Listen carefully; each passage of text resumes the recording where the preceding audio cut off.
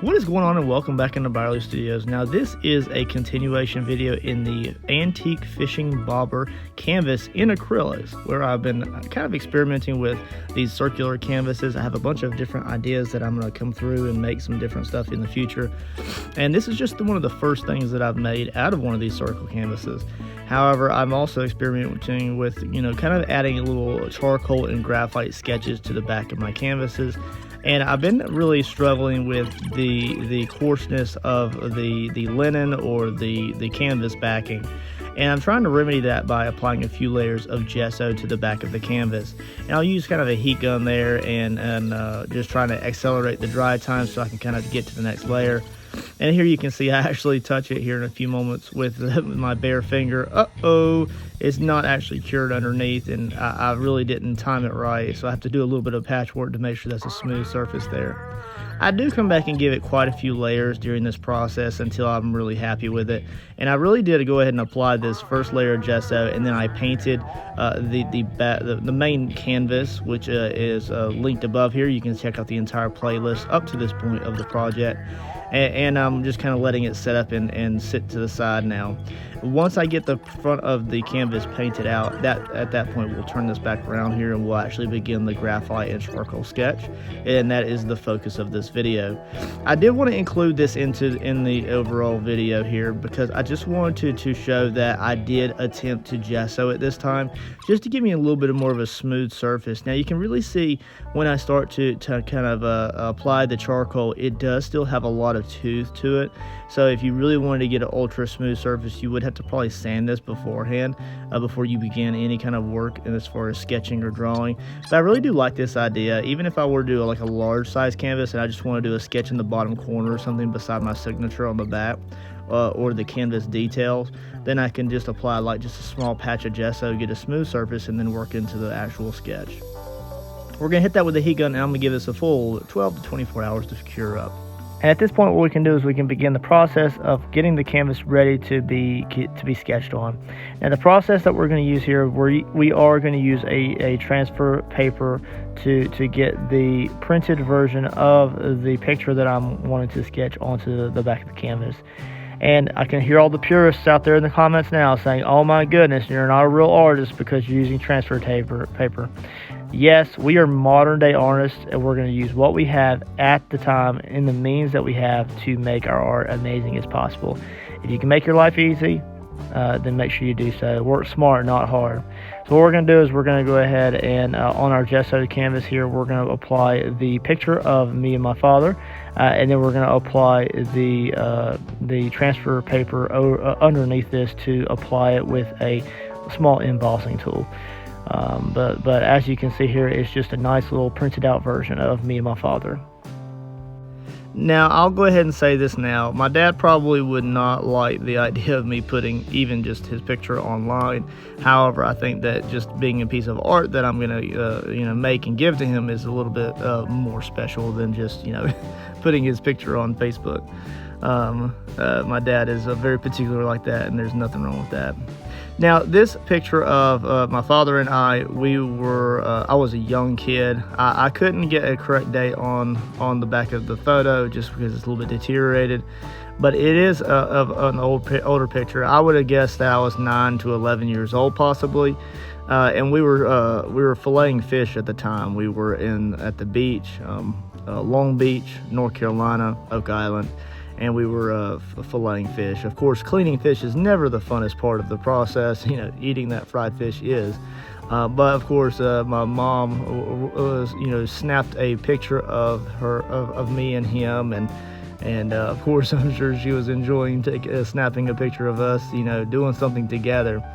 But me and him both have these little frumpy faces on. My dad's very serious, and then I'm over there like, I'm having to, skin and descale some fish. But it means a lot. This is one of the best fishing photos that me and my father have, and it goes so far. I've had this picture in my studio for the longest time, and I've been using it, just wanting an excuse to use it in a piece of art, just because the photo is deteriorating a little bit. It's aging, it's kind of yellowing, and I would like to kind of preserve that in some forms and mediums of art. So back to our format here. My father here in the foreground here. We're just going to go ahead and make him quite larger, and then I'm in the background there, just a little small, like kind of shadow there. And we also do have some trees and leaves that are cascading in from above. The bottom of the canvas here, or the sketch here, will be kind of blurred out, so it's really not supposed to pull or focus the eye. So you'll see I kind of just blend it in with a lot of charcoal and black colors, and just give it a little bit of white texture in between, just to give the very bare minimum of impression of a hand going down to a knife and possibly a fish. Now, of course, this is a colored photo here, but this is a black and white version. That way I'm not stuck on any kind of color variations. I want to make sure I get the gradients of color correct as I kind of sketch this in. Now, I'm going to use a few different types of charcoal here. I'm going to use a hard charcoal pencil. And I only use this very bare minimum, only if I want to get some like really hard edges somewhere that I'm not able to get. I'm also going to use a small graphite pencil. It is a 100% graphite core, so there's a lot of material there to be used. And I'm also going to use a soft charcoal pencil as well. Soft charcoal and the graphite is what I'll use most of the time. And with that, we'll go ahead and get started here. Now, I'll zoom you in here, and we're going to go ahead and just get into the actual sketch here. We are going to jump into a 6x speed here. That way you're not kind of bored out of the video here. But I do want to kind of just show that this does take some time just to get the overall charcoal laid in before I come in with any kind of like gamble or rubbing alcohol or whatever you choose to use to kind of blend out some of those high ridges and teeth of the canvas and kind of just blend in the color a little bit. It's really not necessary. You can leave it kind of rough and raw, but I do kind of like to blend in some of the areas just to kind of, you know, just take away some of those little dots of white where the canvas tooth is showing through. So we're going to go ahead and just go with just a quick sketch here. I really am trying to time myself with these sketches to a minimum of an hour, and I'm pretty sure that we were able to do that with ease. Once I hit the charcoal or graphite to the canvas, it probably did take about an hour in total. The prep work just leading up to this probably took about 15-20 minutes, just printing the paper, getting the transfer on there, and then we were rocking and rolling. So of course, like I said before, this is a picture of me and my father, and like I said, it is my absolute favorite. Me and him went on another fishing trip recently, a deep ocean fishing trip, and we did get some great photos and memories from that as well. But we're definitely gonna have to just start going fishing more. I know it's so easy just to get caught up with work and the 9 to 5, but we just really got to cut out time and get out there and just have some fun and relax and just enjoy each other's company.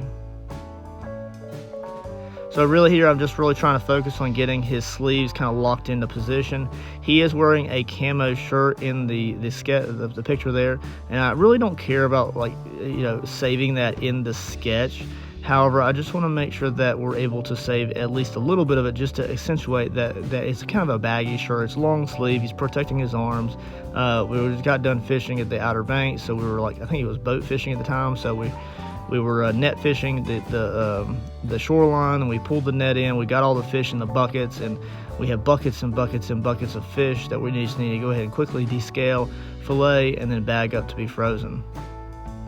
I remember when we used to go down there, and his brother used to live down there. We used to go out in a little John boat, throw out the net, a wide arc, and when the fish came running, we went to catching. And we'd pull those nets in, and we would get buckets and buckets and buckets of fish, and it was just such a blessing. I know that there's so many different regulations and laws now down there that it kind of just pushes a lot of the fishermen out off of the coast, and there's so many rules and laws that it just makes it almost unbearable for a lot of people to do this type of stuff anymore. And I'm just so privileged that my dad was able to take me out and do that. And we don't talk about it too much, but of course those are just memories that I'll always remember, is walking across the beach, and I'm just kind of doing my thing, having fun, picking fish out of the net, and they're really focused on the work that they're performing, trying to get it done, get it out of there, and that way they can enjoy the rest of their day at the beach, you know. But it was definitely worth every minute that we spent on the beach. It was just wonderful memories, and I don't know if I've ever even told my dad that, but I just remember every single bit of it, and I'll never forget them. So right now what I'm trying to do is I'm just kind of using a little bit of rubbing alcohol. We're kind of blending in some of those white spaces there. I don't mind having a few little white vacancies there, but when it comes to the shirt and stuff in the background will be a lot whiter than the actual shirt itself.